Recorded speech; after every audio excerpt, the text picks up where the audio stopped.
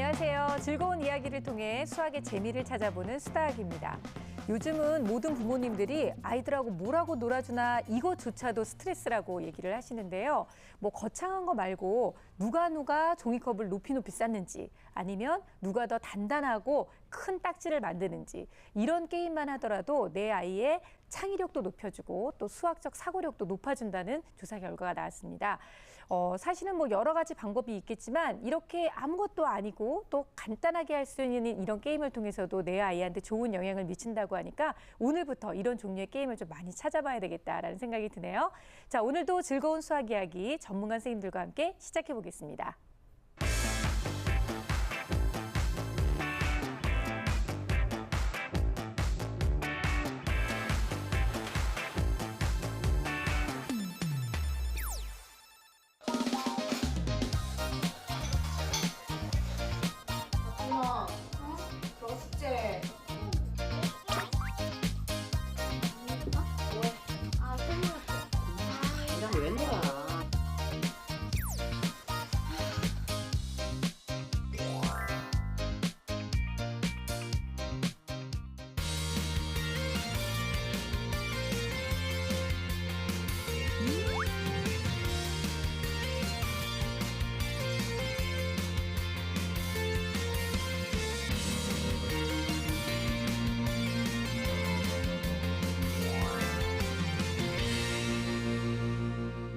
어릴 때 생각해보면 참 여러 가지 게임들을 했던 것 같은데요. 그중에서 뭐 동전 높이 쌓는 게임도 많이 했었고요. 네. 지우개 쌓기 뭐 이런 것도 좀 한 기억나지 않나요?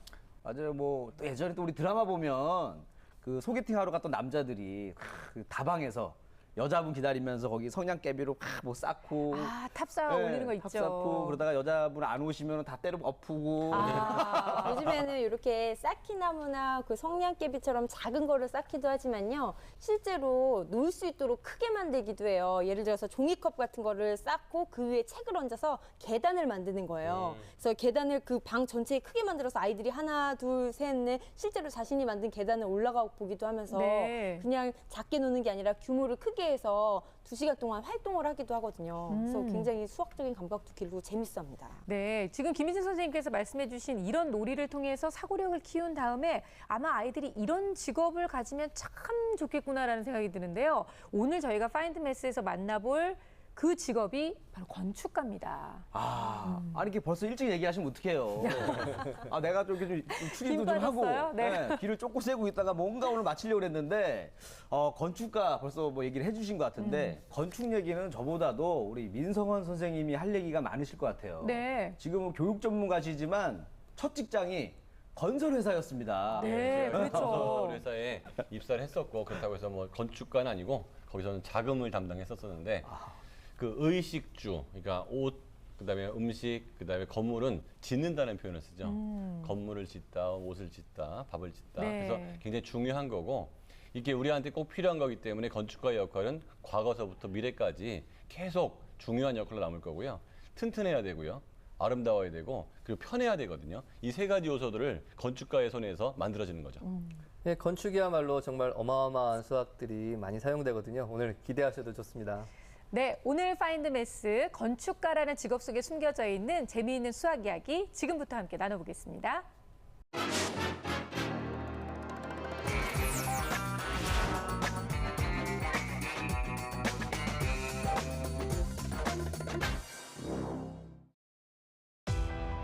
예술과 수학의 만남 건축, 그리고 건축가.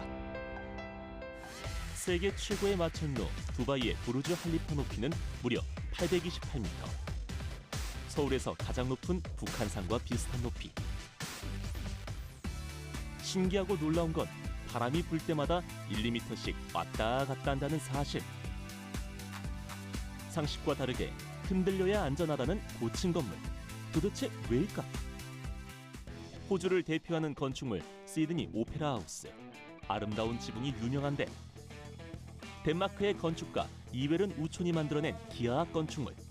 특별한 곳에서 영감을 얻어 만들었다는데 과연 무엇일까? 왜 이베른 우촌은 기하학을 사용할 수밖에 없었을까? 유네스코 세계문화유산 불국사는 수학의 집합체. 다보탑과 석가탑 속에 숨겨진 놀라운 비례의 원리. 선, 곡선, 면, 기하까지 사용하여 건축물을 만드는 건축가들. 그런데 고대 건축물에는 이미 이런 수학의 원리가 사용되고 있었다. 고대 건축물, 바빌론 사원, 콜로세움 등을 만든 사람들은 모두 수학자이자 건축가. 레오나르도 다빈치, 안토니오 가우디, 안드레아 팔라디오 모두 수학자이자 건축가였던 사람들. 자신이 꿈꾸는 건축물을 만들기 위해 건축가들에게 수학은 기본이자 전부. 수학을 예술로 승화시키는 사람들, 건축가를 만나보자. 일단 우리가 여행을 가서 그 고대 웅장한 건축물들을 볼 때마다 이런 생각 좀 하잖아요. 와, 그 옛날에 어떻게 해서 이렇게 웅장한 건물들을 지을 수 있었을까? 좀 놀랍지 않았나요? 맞습니다. 그 당시 생각해 보면은 이 건축하시는 분들이 이 수학도 다 전문가라고 얘기가 나왔잖아요. 그러니까 마치 그 지금으로 치면 연예계로 치면 박명수 씨 같은 분들. 박명수 씨요? 왜 개그맨도 하필? 하면서 네. DJ 하죠, MC 하죠, 가수도 하고. 가수도 하고 예. 멀티플레이어잖아요. 아, 그래요? 옛날에도 참 먹고 살기가 힘들었구나. 건축만 해서는 먹고 살기 힘드니까는 뭐 네. 수학자도 하지, 철학자도 하지, 뭐 투잡, 쓰리잡 그렇네요. 뛰었던 옛날 사람들 고생이 많았다 이런 네. 생각을 했습니다. 그래 하긴 고대 그 건축물을 지은 건축가들을 보면 거의 대부분 과학, 그다음에 철학, 그리고 수학 전부 다 아우르는 그런 사람들이 많았었던 것 같아요. 네, 맞습니다. 사실 뭐 어느 한 가지보다는 여러 가지 수학이라든지 과학이라든지 천문, 지리 이런 것들 두루 공부하신 분들이 많으셨고요. 네. 예, 뭐 고대로부터 그랬습니다. 고대 바빌로니아의 사원을 지은 건축가들도 수학자들이었고, 사실 뭐 또 로마 시대 건축가들도 수학, 천문, 지리 이런 곳에 다 밝으셨고요. 그리고 또 르네상스 시대에도 건축 설계에 사실 사형 기하 이런 것을 응용해서 뭐 투시화법이라든지 이런 것들을 수학자이면서 건축가인 그런 사람들이 도입했다는 설이 또 전해지고요. 사실 또 이제 고대 건축물을 얘기하자면 이 기하학을 빼놓을 수가 없습니다. 사실 기하학이라는 단어 자체에 그런 뜻이 담겨 있습니다. 지오메트리라고 하는데 지오라는 것이 땅을 의미하고요. 메트리, 측량하다라는 뜻이거든요. 그것을 딱 봤을 때도 아하, 이 수학과 기하학이 어떤 생활과 연관 지어질 수밖에 없구나라는 것을 알 수 있습니다. 왜냐하면 이집트를 예를 든다면 그 나일강이 있지 않습니까? 그것이 강이 범람을 하면 당연히 역법을 발전을 할 수밖에 없어요. 언제 그 범람한 시기인지 알아야 되니까. 네. 그것뿐만이 아니라 이제 또 토목 기술이 발전하고 운하도 파고 또 물을 막기도 해야 되니까 당연히 기하학이 발전했고 그 뒤에 이런 기술들이 피라미드를 세우는 기술로도 점차 발전이 되고 또 그런 걸 세우려면 또 수학이 또 발전을 해야 되고. 그러니까 이게 생존을 위한 어떤 수학이었다라고도 볼 수가 있죠, 기하학이. 또 호주의 오페라 하우스 같은 경우 보면 이제 지붕이 굉장히 독특하잖아요. 그렇죠. 이렇게 범선 모양으로 돼갖고 근데 이런 것들이 보면 기하학에서 이렇게 기초가 된 거예요. 이게 하나의 구면에서 잘라가지고 구면 삼각형을 만들어서 이렇게 된 거거든요. 그 규모가 크다 보니까 이렇게 구부러진 부분을 획일적으로 크게 똑같이 만들 수가 없는데 기하학을 응용하니까 굉장히 안정적이고 손쉽게 만들 수 있었던 거죠. 실제로 그 건축가가 그 건물을 지을 때 오렌지 껍질을 까면서 그 오렌지 껍질에 착안을 해서 정말요? 그걸 만들었다고 해요. 네네. 그러니까 수학적인 그 능력과 함께 관심 그런 것들이 모아져서 그런 멋진 작품을 만들어내게 된 거죠. 네, 정말 생활 속에서의 호기심이 상상력으로 이렇게 펼쳐지면서 그게 어떻게 보면 없는 것을 있게 만드는 거잖아요. 무에서 유를 창조해내는 정말 대단한 직업이라는 생각이 드는데요. 뭐 여러 건축가들이 있겠지만 우리가 그래도 꼭 놓치지 말아야 될 유명한 건축가들 소개를 좀 해주세요. 저한테도 참 의미가 있는 분이 계십니다. 바로 안토니 가우디입니다. 바로 스페인의 건축가. 바르셀로나에 간 적이 있었거든요. 네. 사실은 이 가우디를 알고 간 것이 아니었습니다. 근데 가서 보니 온통 수학이었어요. 저는 정말 깜짝 놀랐거든요.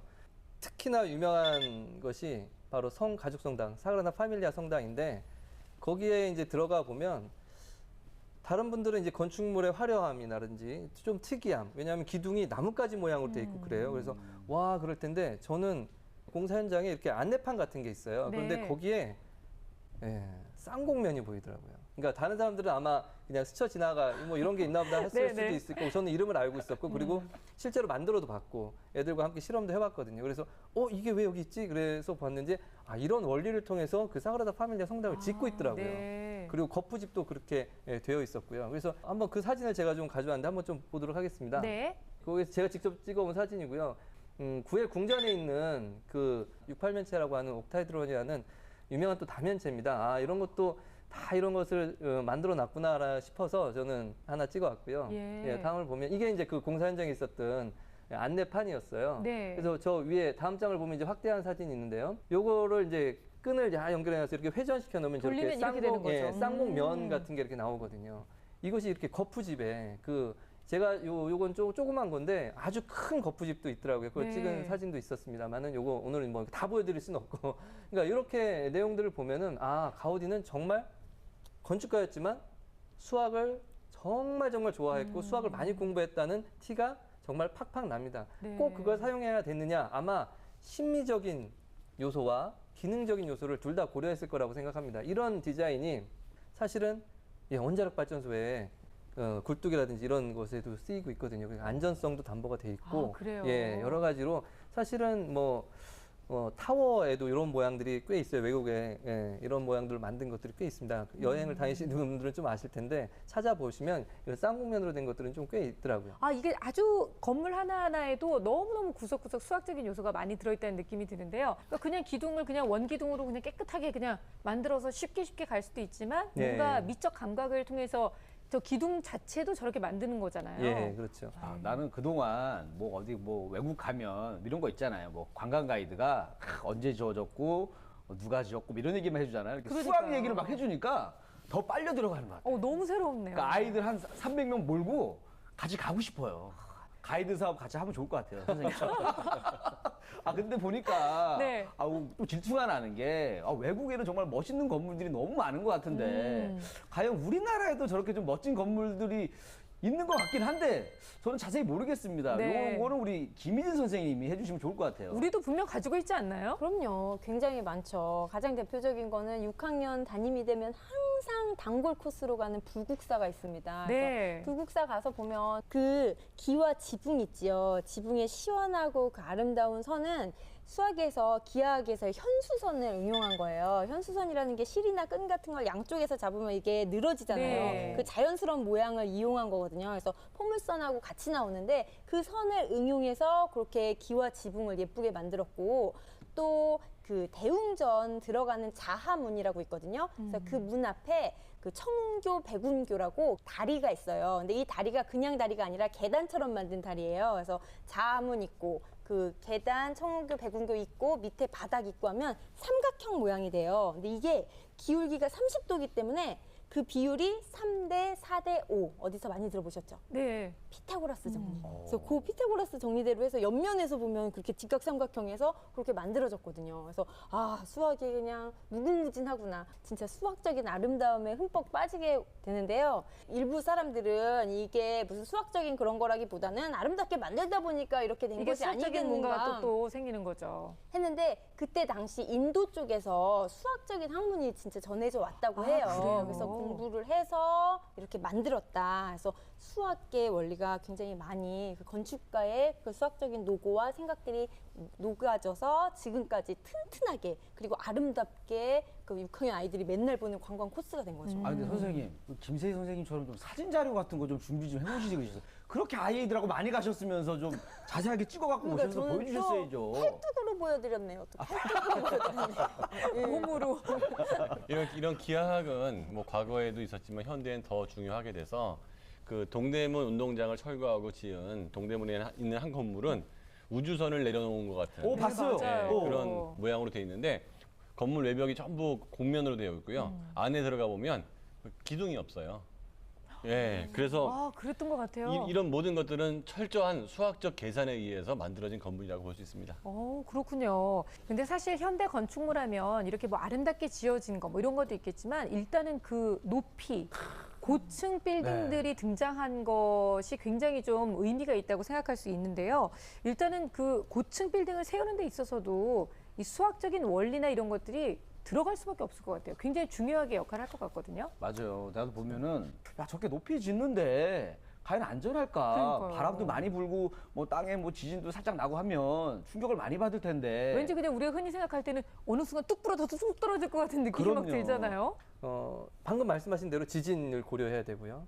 높은 건물일수록 또 바람의 영향을 받기 때문에 그런 것도 고려해야 되고, 높은 건물이니까 또 안전, 대피 시설도 있어야 되고요. 그렇죠. 물을 또 어떻게 공급할 것이냐, 압력은 어떻게 물을 어디까지 끌어올릴 것이냐라든가, 전기 시설은 또 어떻게 할 것인가.